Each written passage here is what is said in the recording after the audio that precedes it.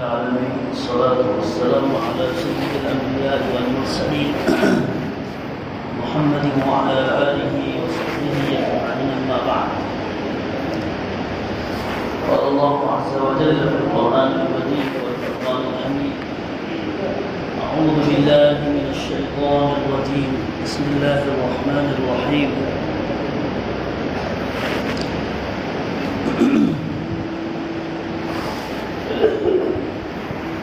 وكذلك جعلناكم أمة وسطا لتكونوا شهداء على الناس ويكون الرسول عليكم شهيدا.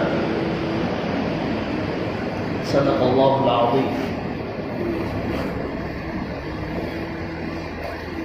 محترم بزرگوں، دینی اور ایمانی بھائیوں،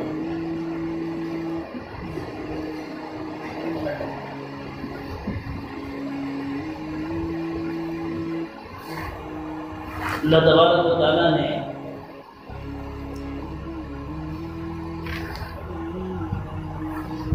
اتنی بڑی دنیا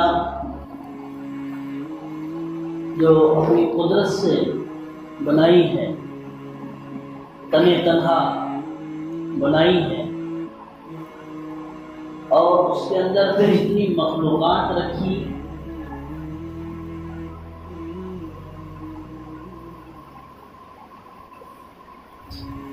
تو ہر ایک کا مقصد بھی اللہ پاک نے بیان بھی فرما دیا، اور ہر ایک کا مقصد اس کے سامنے رکھ دیا کہ وہ اپنے مقصد کو سامنے رکھ کر زندگی گزارے۔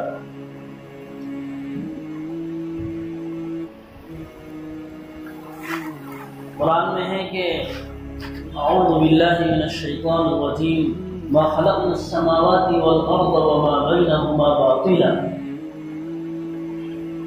کہ ہم نے آسمان اور زمین کے درمیان جو کچھ پیدا کیا ہے بیکار نہیں پیدا کیا۔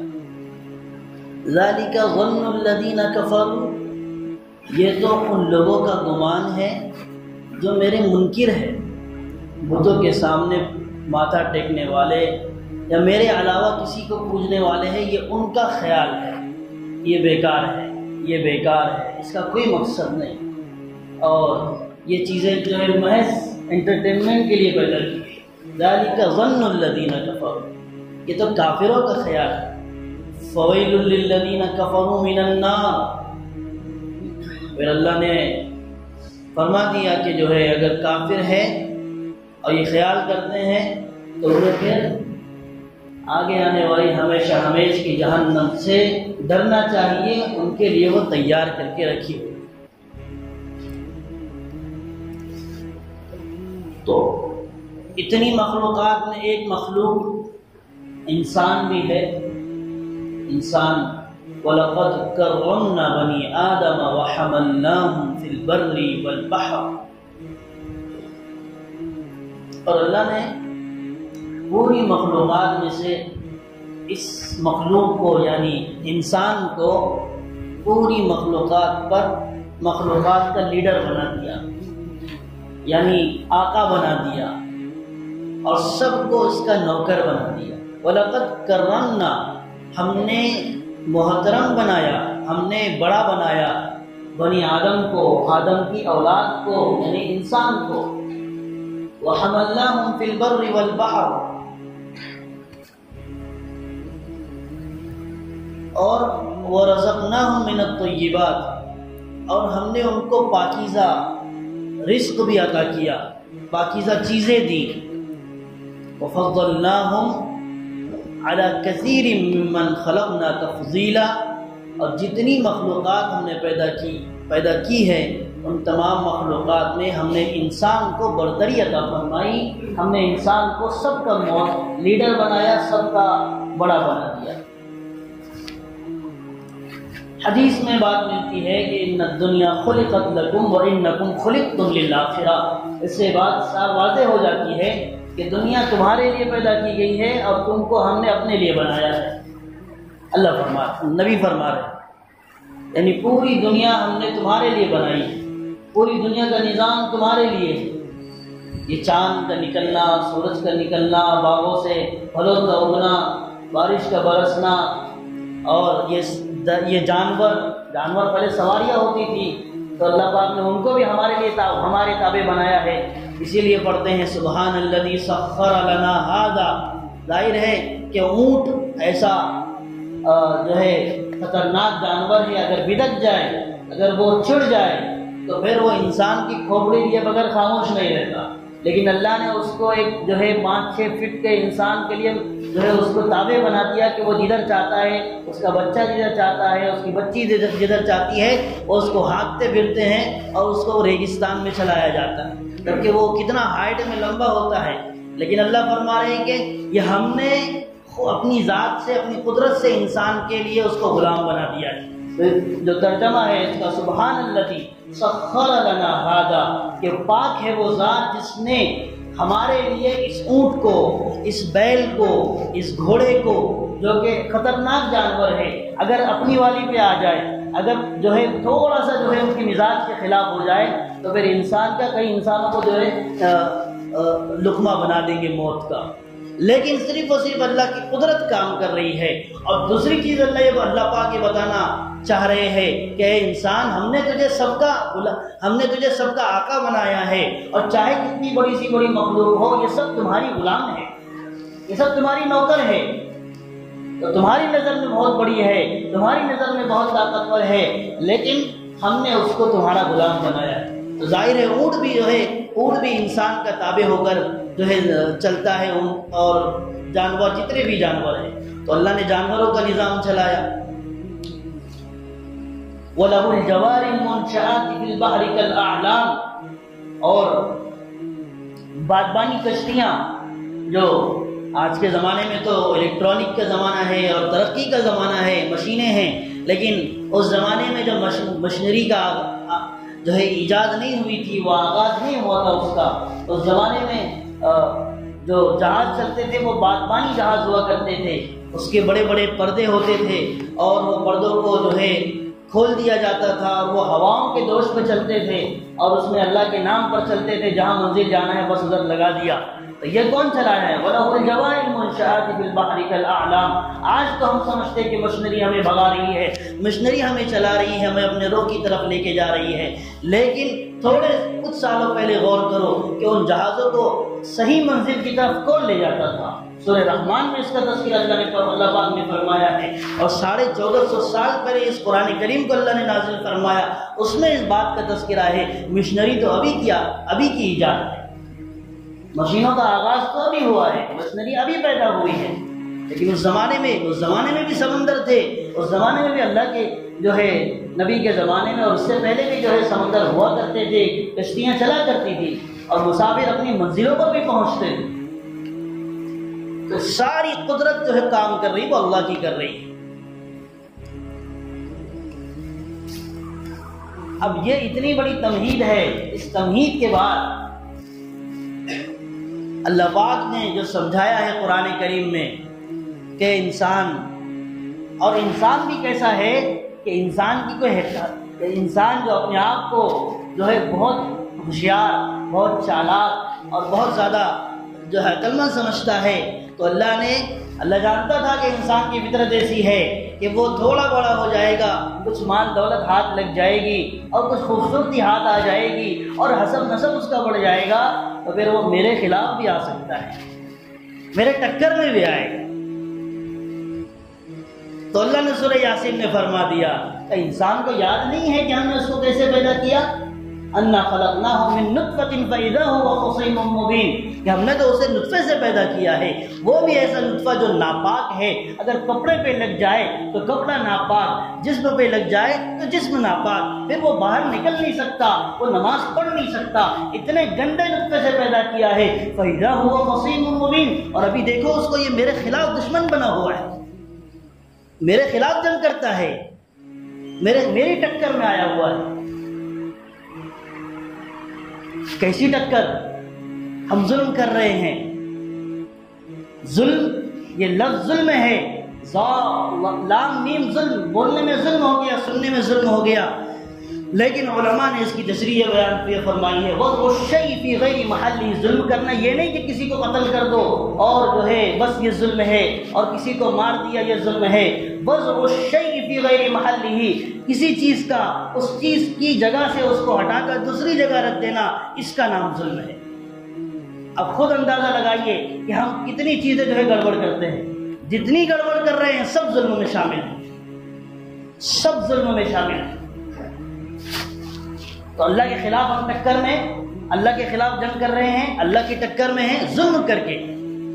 اب ظلم ہماری زندگی تو بہت بڑا دائرہ ہے زندگی کا۔ اللہ پاک نے ہمیں سب سے پہلے تو مسلمان بنایا، ایمان والا بنایا۔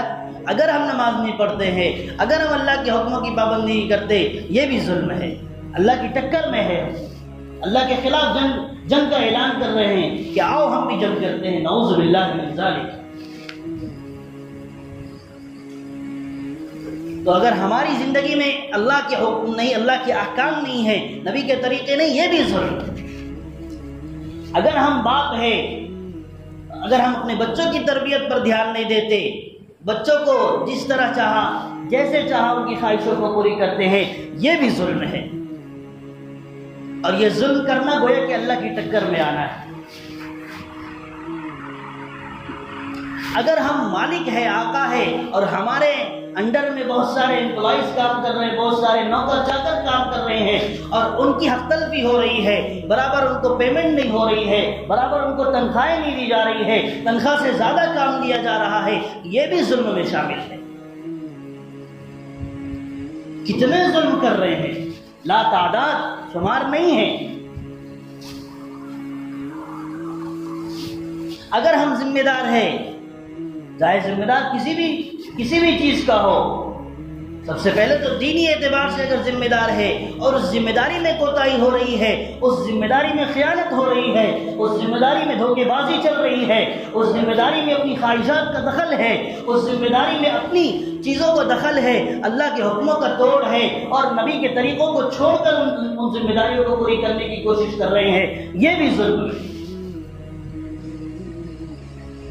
ظلم وضع الشیء فی غیر محلہ، ایک چیز کا اس کی جگہ سے ہٹا کر دوسری جگہ پر رکھ دینا، یہ علماء نے اس کا ڈیفینیشن بیان کیا ہے، یہ تعریف کی ہے اس کی کہ ظلم نام ہے اس چیز کا۔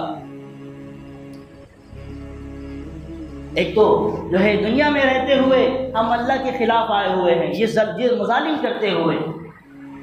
اگر ہم تجارت، تاجر ہے، کاروباری ہے، اور ہم تجارت کر رہے ہیں، اس میں ہم سود لے رہے ہیں، اس میں ہم دھوکہ دے رہے ہیں، اس میں ہم جو ہے ناپ تول میں کمی کر رہے ہیں، اس میں ہم جو ہے گڑبڑ کر رہے ہیں، یہ بھی ظلم میں شامل ہے۔ اگر ہم جاب کرتے ہیں اور جاب میں تنخواہ برابر لیتے ہیں، لیکن اس کے اندر ہماری طرف سے کوتاہی ہوتی ہے، اگرچہ باس کو نہیں معلوم، اگرچہ سامنے جو ذمہ دار ہے اس کو نہیں معلوم، لیکن اگر ہماری طرف سے کوتاہی ہوتی ہے، یہ بھی ظلم میں شامل ہے۔ تو ایک تو ظلم یہ ہے کہ ہم جو ہے اللہ کے سامنے جو ہے اعلان جنگ کرتے ہیں، یہ اللہ کے خلاف ٹکر میں ہے، اور دوسری چیز پھر کل قیامت میں اس کا جواب بھی دینا ہوگا۔ اللہ فرمائے گا تم کو ہم نے جو ہے کاروبار دیا تھا، مال دولت دی تھی، تم کو ہم نے جو ہے بڑا چیز کا ذمہ دار بنایا تھا، کیا کر کے آئے ہو؟ یہ چیزیں تمہارے اندر امانت تھی، اور امانت کا حساب دو ہمیں۔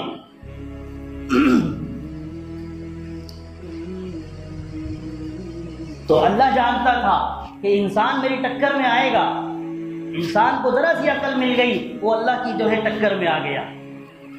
اولم ير الانسان انا خلقناه من نطفه فاذا هو خصيم مبين، اللہ شکوہ کرتا ہے کہ انسان نہیں دیکھتا کہ ہم نے اسے نطفے سے پیدا کیا، اور آج وہ ہمارے خلاف کھڑا ہوا ہے، اور ہم قادر ہیں اس کی عقل معاف کرنے پر، ہم قادر ہیں اسے پاگل بنانے پر، ہم قادر ہیں اسے مفلوج بنانے پر، ہم قادر ہیں اسے لنگڑا لولا بنانے پر، ہم قادر ہیں اس کی چالاک عقل کو جو ہے کمزور کرنے پر، لیکن ہم ڈھیل دیتے ہیں، ہم جو ہے انتظار کرتے ہیں، اب سمجھ جائے گا تب سمجھ جائے گا، لیکن یہ عقلیں بجائے اللہ کے حکم کو پورا کرنے میں کام کرتی، یہ عقلیں اللہ کے خلاف چل رہی ہے، یہ کام، یہ ہاتھ اللہ کے خلاف جا رہے ہیں، یہ پیر اللہ کے خلاف جا رہے ہیں، اور یہ بدن اللہ کے خلاف چیزوں میں جو ہے استعمال ہو رہا ہے۔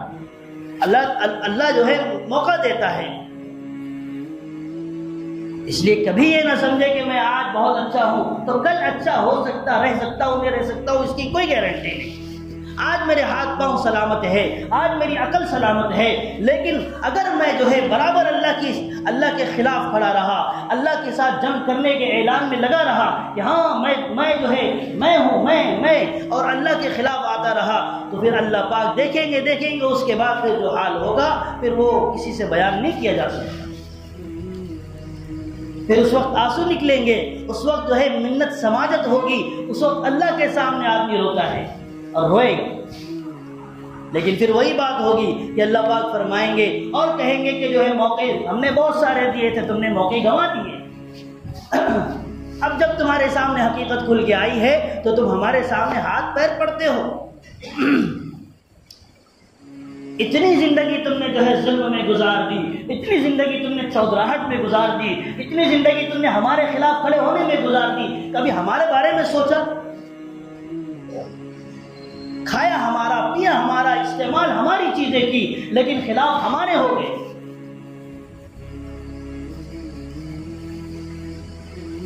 اس لیے میرے بھائی بزرگوں، یہ اللہ پاک نے زندگی عطا فرمائی ہے، یہ ہماری ہے ہی نہیں، اس میں ہمارا کوئی حق نہیں ہے۔ اللہ پاک نے قرآن میں فرمایا ہے کہ جان اور مال اللہ نے خرید لیا ہے جنت کے بدلے۔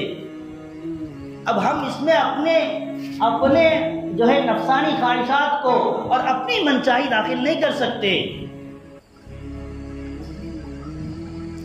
لیکن جب انسان ماحول سے دور ہو جاتا ہے، اللہ والے ماحول سے، نبی والے ماحول سے، فرشتوں والے ماحول سے، علماء والے ماحول سے دور ہوتا ہے، تو پھر شیطانی ماحول میں وہ جب جاتا ہے تو اس کا ذہن بھی نہیں کام کرتا، اس کی عقل بھی کام نہیں کرتی، پھر وہ نفسانی خواہشات اس پر غالب آ جاتی ہے۔ پھر وہ یہ نہیں دیکھتا کہ میں اللہ کے خلاف جا رہا ہوں یا پھر جو ہے اللہ کے جو ہے مرضی کے خلاف کر رہا ہوں۔ تو ہماری پوری زندگی اللہ کے حکموں سے جو ہے پابند ہے، اللہ کے حکموں کی پابند ہے۔ ہمارا ایک قدم بھی جو ہے اللہ کے حکم کے خلاف نہیں جا سکتا ہے، اور اللہ نے ہم کو جو ہے پابند کر دیا ہے۔ ہم آزاد نہیں ہیں غیروں کی طرح، ہم آزاد نہیں ہیں اللہ کے منکروں کی طرح، ہم آزاد نہیں ہیں ملحدوں کی طرح۔ ہمارا ایک ایک عمل اللہ پاک کاؤنٹ بھی کر رہا ہے، یہ بھی یاد رکھنے کی ضرورت ہے۔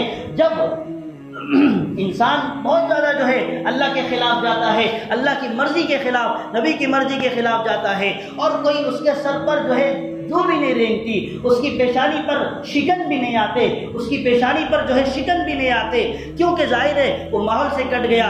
لیکن جب اور یہ کب ہوتا ہے؟ جب آخرت کا خوف، آخرت میں مرنے کے بعد دوبارہ جو زندگی آنے والی ہے اس کے بارے میں جب آدمی نہیں سوچتا ہے تو پھر یہ ساری چیزیں کرتا چلا جاتا ہے۔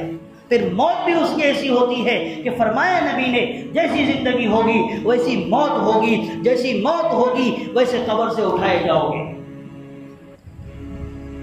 آج ہر کوئی خوش فہمی میں مبتلا ہے، آج ہر کوئی جو ہے تانا شاہی کا شکار ہے، آج ہر کوئی جو ہے بڑے پن کا شکار ہے۔ نہیں میرے بزرگوں دوستو، اس لیے اللہ نے جو ہے پہلے قرآن میں بتا دیا، کئی جگہوں پر اللہ پاک نے فرمایا اے انسان تیری حقیقت تو دیکھ، تو ایک ناپاک جو ہے قطرے سے بنا ہوا ہے،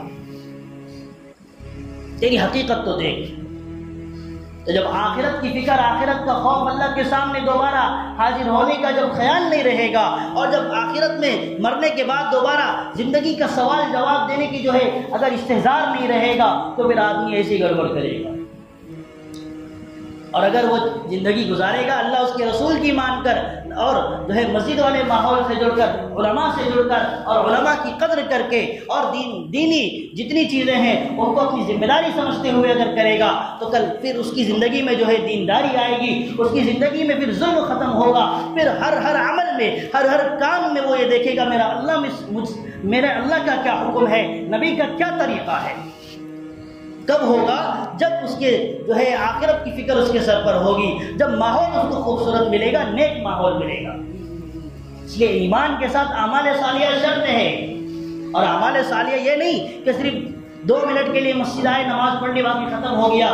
دین تو نام ہے 5 شعبوں کا, ایمان بھی اس کا مضبوط ہو, عبادت بھی اس کی مضبوط ہو, عبادت میں اس کے نفلیں ہو, سنتیں ہیں, روزے ہیں اور حج ہے, اور پھر جو ہے نماز ہے. اس کے بعد معاملات اس کے کیسے ہیں, معاملات مطلب کاروبار میں اس کا لین دین کا انداز کیسا ہے, سود لیتا ہے یا نہیں لیتا ہے, یا پھر اللہ کے حکموں کے خلاف کرتا ہے یا اللہ کی مرضی پر چلتا ہے. اس کے اخلاق کیسے ہیں کہ وہ چھوٹوں پر شفقت کرتا کہ نہیں کرتا, بڑوں کا احترام کرتا کہ نہیں کرتا, پڑوسیوں کے ساتھ اس کا سلوک کیا ہے. معاشرت میں پھر معاشرت اس کا 5واں شعبہ, معاشرت اس کے بیوی کے ساتھ کیا اس کے انداز ہے زندگی گزارنے کے, ماں باپ کے ساتھ کیسے رہتا ہے, بھائی کے ساتھ کیسے رہتا ہے, رشتہ داروں کے ساتھ کیسے رہتا ہے. یہ نام ہے اسلام. اسلام ان 5 شعبوں کا نام ہے. جس کی زندگی میں یہ 5 شعبے مضبوط ہوں گے وہی اللہ کی نظر میں کامل مکمل اسلام والا مومن اور مسلمان سمجھا جائے گا. اور اللہ پاک نے ان تمام چیزوں کو, ظاہر انسان ماحول سے کٹ گیا تو پھر یہ چیزیں پیدا ہو جاتی ہیں. غفلت کا ہونا یہ اللہ کو جو ہے غفلت کا ہونا اللہ کی نظر میں ناپسندیدہ نہیں ہے. نبی نے خود فرمایا کل بنی آدم خطاؤون, کہ ہر بنی آدم, ہر انسان گنہگار ہے. وخیر الخطائین من التوابین, اور بہترین گنہگار وہ ہے جو توبہ کرنے والا ہے. فرض چل گئی غفلت کی, لاپرواہی کی, اللہ سے دوری کی, تو اس کو نکالنے کی فکر کرنا ہے, نکالنے کی کوشش کرنا ہے.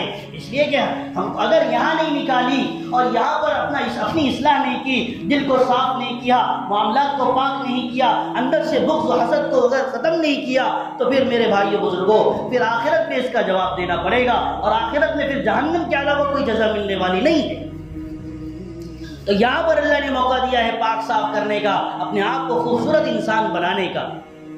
تو یہاں پر جو ہے, اور پھر یہ ان تمام چیزوں کو جو ہے اللہ کے نبی صلی اللہ علیہ وسلم نے بشارت دے دی, خوشخبری دے دی کہ پریشان ہونے کی ضرورت نہیں ہے. تم بھی انسان ہو, اور انسان نسیان سے بنا ہوا ہے, بھول جاتا ہے, اس کے اندر مادہ ہے بھولنے کا, لیکن وہ بھولا ہوا جو ہے واپس آ جائے, اپنے بھولے ہوئے سبق کو یاد کر لے. اللہ کو ایسا بندہ پسند ہے. اس لیے اللہ پاک نے گناہوں کی معافی کے لیے, گناہوں کی تلافی کے لیے, اور گناہوں سے چھٹکارا پانے کے لیے اللہ پاک نے کچھ خاص مہینے رکھے ہیں, کچھ خاص اوقات رکھے ہیں, جس میں اللہ پاک اپنے بندوں کو معاف فرماتا ہے. اللہ پاک اپنے بندوں کو اس کی پرانی زندگی پر نظر نہیں کرتا, آجا تو معافی چاہتا ہے, میں تجھے معاف کر دوں گا. اس لیے اللہ پاک نے جو ہے مہینے رکھے ہیں, اوقات رکھے ہیں. انہی مہینوں میں ابھی شعبان کا مہینہ شروع ہوا ہے, اور اب رمضان کا مہینہ آنے والا ہے. شعبان کا مہینہ بہت مبارک ہے. اللہ کے نبی صلی اللہ علیہ وسلم نے اس کے بارے میں فضیلت بیان فرمائی ہے. یہ ایسا مہینہ ہے کہ جس میں اللہ پاک جو ہے